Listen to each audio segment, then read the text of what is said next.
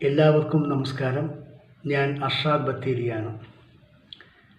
കണ്ണൂർ ജില്ലയിലെ വേങ്ങരയിലെ മാപ്പിള UP സ്കൂളിൻ്റെ കലോത്സവമാണല്ലോ ഇന്നും നാളെയുമായി നടക്കാൻ പോകുന്നത്.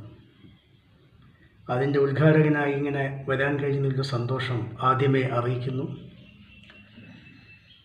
ബഹുമാനപ്പെട്ട പ്രധാന അധ്യാപകൻ ആരിഫ് സർ, എന്നെ ഈ കാര്യവുമായി എന്നെ വിളിച്ച് സമ്മതം ചോദിച്ച എഴുത്തുകാരിയും അധ്യാപികയുമായ സുജാത ടീച്ചർ, മറ്റു അധ്യാപകരെ, അധ്യാപികമാരെ, വിദ്യാർത്ഥിനി സുഹൃത്തുക്കളെ, കുട്ടികളെ, ഒരു മനുഷ്യൻ്റെ ജീവിതത്തിലെ ഏറ്റവും മനോഹരമായ ഒരു കാലമാണ് സ്കൂൾ കാലം. പൂക്കളെപ്പോലെ കുഞ്ഞുങ്ങൾ വിടർന്നു നിൽക്കുന്ന ഒരു കാലം, മനുഷ്യൻ വിടർന്നു നിൽക്കുന്ന ഒരു കാലം.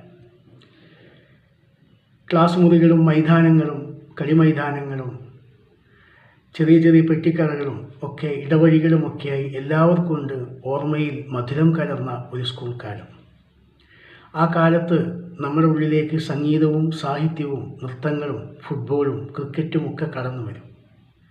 ചിലർ അതിനായിട്ട് ചില സ്കൂളുകൾ അവർക്ക് മനോഹരമായ അവസരങ്ങൾ ഒരുക്കും. അത് അവരുടെ ജീവിതത്തിലെ വലിയ മാർഗമായി പിൽക്കാലത്ത് മാറുകയും ചെയ്യും. അങ്ങനെയുള്ളൊരു കാലമല്ല ഇപ്പോൾ. നാം എല്ലാം ഓരോ മുറികളായി അടഞ്ഞുപോയ ഒരു കാലമാണ്. ഏതാണ്ട് 5 വർഷങ്ങൾക്ക് മുൻപാണ് മീനുകളുടെ ആകാശവും പറവകളുടെ ഭൂമിയും എന്ന കഥ മാതൃഭൂമി ആഴ്ചപ്പതിപ്പിൽ ഞാൻ എഴുതുന്നത്. മീനുകളെയും പക്ഷികളെയും കൂടിൻ്റെ അകത്തും ചില്ലുകൂട്ടിലുമിട്ട് നമ്മൾ ആസ്വദിച്ചു. നമ്മൾ ലോകം മുഴുവൻ ചുറ്റി. ഇന്ന് മീനുകളും പക്ഷികളുമൊക്കെ അവരുടെ ലോകത്ത് മനോഹരമായി ജീവിക്കുന്നു. നമ്മളാവട്ടെ കൂടിൻ്റെ അകത്താവുകയും ചെയ്തു. ഇത് പ്രകൃതി മനുഷ്യന് കൊടുത്ത ഏറ്റവും വലിയൊരു തിരിച്ചടിയാണ്. മറ്റൊന്ന്, മനുഷ്യനെന്ന വൈറസ് എന്ന കഥ എഴുതുന്നതും ഇതേ കാലയളവിലാണ്.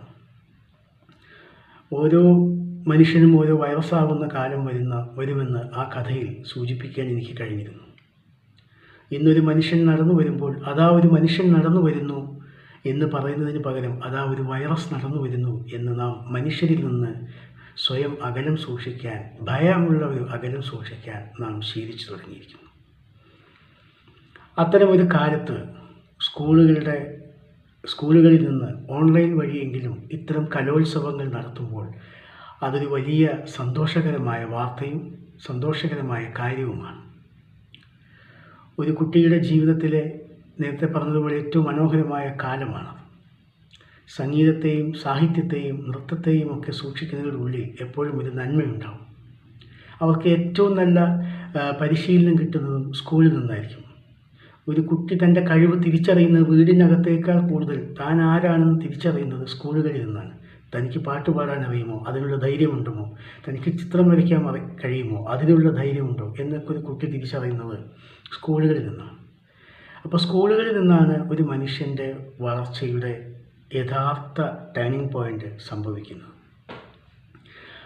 അപ്പോൾ അതിന് അവസരം ഉണ്ടാവുക എന്ന് പറഞ്ഞാൽ വളരെ പ്രധാനപ്പെട്ട ഒരു കാര്യമാണ്. ജീവിതത്തിലെ ഏറ്റവും മനോഹരമായ ആ കാലത്ത് ആ വിദ്യാർത്ഥികൾക്ക് വേണ്ടി സ്കൂൾ ഇങ്ങനെയെല്ലാം ഒരുക്കുന്നു എന്നുള്ളത് ആ കുട്ടികളുടെ ഭാഗ്യവുമാണ്. ചരിത്രബോധവും സാമൂഹ്യബോധവുമുള്ള കുട്ടികളായിട്ടാണ് നിങ്ങൾ വളരേണ്ടത് എന്ന് മാത്രമാണ് എനിക്കിന്ന് പറയാനുള്ളത്. നിങ്ങളുടെ ഉള്ളിലെ സംഗീതത്തെയും കലയെയും നൃത്തത്തെയും നാടകത്തെയും സാഹിത്യരചനകളെയും കവിതാ ചൊല്ലലിനെയും ഒക്കെ തന്നെ നിങ്ങൾ മനോഹരമാക്കാൻ നിങ്ങൾക്ക് കിട്ടുന്ന ഏറ്റവും മനോഹരമായ, ഏറ്റവും ആഴമുള്ള ദിവസം കൂടിയാണ് ഇന്നും നാളെയും. അത് നിങ്ങൾ ഉപയോഗപ്പെടുത്തുക. ആരാധനാലയങ്ങൾ പുതുക്കി പണിതിട്ട് മതിവരാത്തൊരു ജനതയുടെ മുന്നിലേക്ക് നമ്മളെപ്പോലെയുള്ള സാധാരണ മനുഷ്യനെ തിരിച്ചു നൽകാനുള്ള ഏറ്റവും വലിയ ആഘോഷമാണ് കലോത്സവങ്ങൾ. ആ കലോത്സവങ്ങളിൽ നിന്നാണ് നമ്മൾ ഒന്നാണെന്നും മനുഷ്യ സ്നേഹത്തേക്കാൾ വലിയൊരു മതമില്ല എന്നൊക്കെ നമുക്ക് പറയാൻ കഴിയുന്നത്. അപ്പോൾ അതിന് നമുക്ക് വഴിയൊരുക്കുന്ന ഏറ്റവും മനോഹരമായ ഒന്നാണ് കലോത്സവങ്ങൾ. കലയും സാഹിത്യത്തെയും സൂക്ഷിക്കുന്നവർക്ക് അത് വളരെ പെട്ടെന്ന് മനസ്സിലാകുമെന്നാണ് ഞാൻ വിശ്വസിക്കുന്നത്. അതുകൊണ്ട് തന്നെ ഈ സ്കൂളിൻ്റെ ഇത്രയും മനോഹരമായ ഈ ദിവസത്തിൽ ഇങ്ങനൊരു പരിപാടിയിൽ വരാൻ കഴിഞ്ഞതിൽ എനിക്ക് അതിയായ സന്തോഷമുണ്ട്.